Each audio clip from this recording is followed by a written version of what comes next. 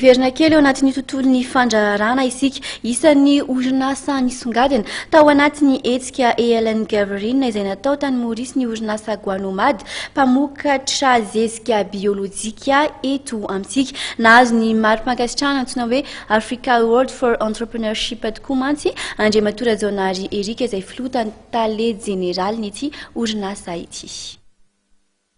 Nahazo ny mari-pankasitrahana antsoina hoe Africa Award for Entrepreneurship Andriamatora Jonary Erika filota le jeneraly sady mpamorona ny orinasa Guanomad mpamokatra zezika biolojika nandritra ny Ellen Gaverine hetsika isa-taona karakara ny African Leadership Network na ny ALN. Nitotsaina tany amin'ny nosy Maurice ny lanonana fanolorana zany mari-pankasitrahana zany ny 4 Oktobra lasa teo satria de voasokajy orinasa nisongadina sy mendrika indrindra ny Guanomad tamin'ity taona 13 jona arivo ity. Nakifatra zany tanjonay ny fidina amin'ny tsy fampinara sakafo ça le la lutte contre la crise alimentaire eto Madagascar ny faharoa koa ny fampandrosoana tontolo ambanivohitra le développement rural ny fahatelo koa fiarovana tontolo iaina protection de l'environnement ary fahaefatra ny fampirobona ny fambolena indrindra biolojika eto Madagascar.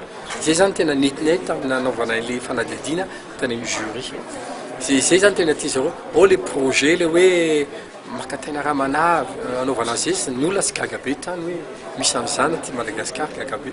Nous la efa niantsanay hoe zay izy isy manana grotte bebe BDB izy isy any Angola ahoana afaka miara-miasa ve tsika Guanomad zany mitondra risy savoir faire. Ankoatran'ny firoborobon'ny orinasa tokoa izay manana petrabolatra amin'ny 10 tapitrisa dollara amerikana dia isan'ny antony nahazo ty awards ty nisy nisongadinan'ny Guanomad tamin'ireo orinasa hafa misy 12 tafiakatra ny dinina famaranana nandritra ny Ellen Gaverine ny firoroboany tao anatin'ny sehatry ny sosialy. Nisokatra ho an'ny Guanomad ihany koa ny fiara-miasa eo amin'ny firenena afrikana toy ny Afrika Atsimo, Malawi, Zimbabwe ary Angola. Mampirisika ny orinasa malagasy arak'izany Andriamatora Jonary Erika mba hanana fijery lavitra sy hiditra ny tsena afrikana.